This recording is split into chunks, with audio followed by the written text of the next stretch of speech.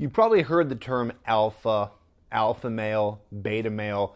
This term gets thrown around a lot in the dating advice community. So I'm just going to simplify this for you and then give you some examples of what it means to be an alpha male and explain to you why this is so important. So listen up. Basically, an alpha male is someone who exhibits a lot of masculine qualities.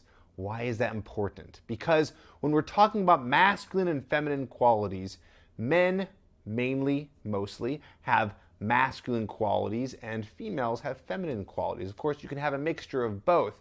But what happens in terms of attraction is when you are exhibiting and displaying your masculine qualities or your alpha traits, and you are with a woman and she gets a feel of these masculine or alpha traits, she has this opportunity to become attracted to you. It's this polarization that creates the attraction. So that's why it's important. So what are some examples of being an alpha male?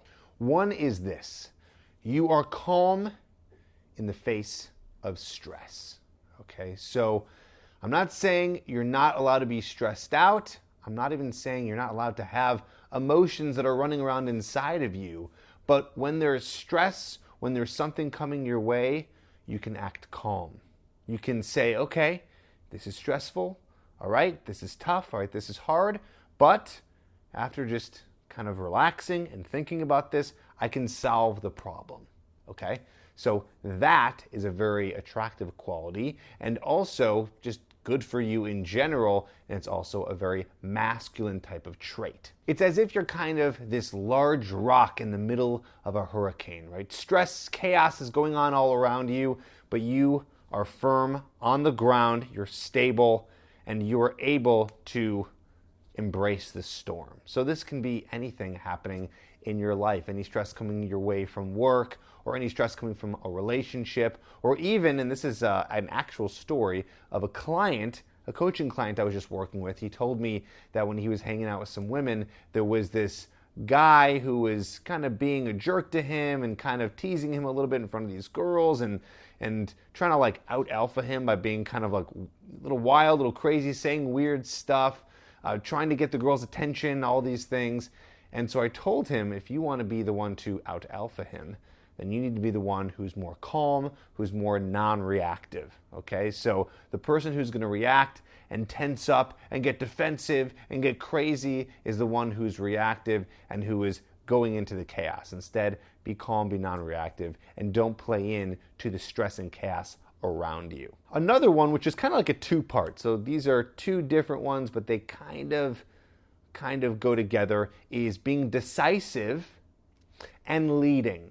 Okay, so let's break those down for a second. Decisive and leading. So decisive is very obvious here, right? It's you being able to make decisions.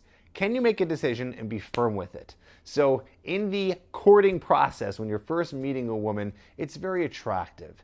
It's a very masculine quality to make a choice, for example, of where you guys are going to meet when you guys have your first date. So just make a choice, pick a place, and do it. A lot of guys, they get really freaked out to do this because they're like, well, what if she doesn't like it? Or what if she can't make it at that time? Or what if it doesn't work out? Here's what you got to do. Don't worry about that. You don't know how she's going to react. Just focus on making a decision, and if it doesn't work for her, if the time doesn't work for her, she's a vegetarian or she doesn't drink alcohol, whatever you've decided to do, she doesn't do, then she will tell you. She's not going to all of a sudden be like, oh, no, you know what, forget this altogether. You're probably just not being decisive because you fear rejection, so you want it all to go perfect. Throw that out the window. Be decisive, okay? Now the next one is leading. So of course, when you're being decisive, it goes along with leading, right? Person who is the leader is making decisions.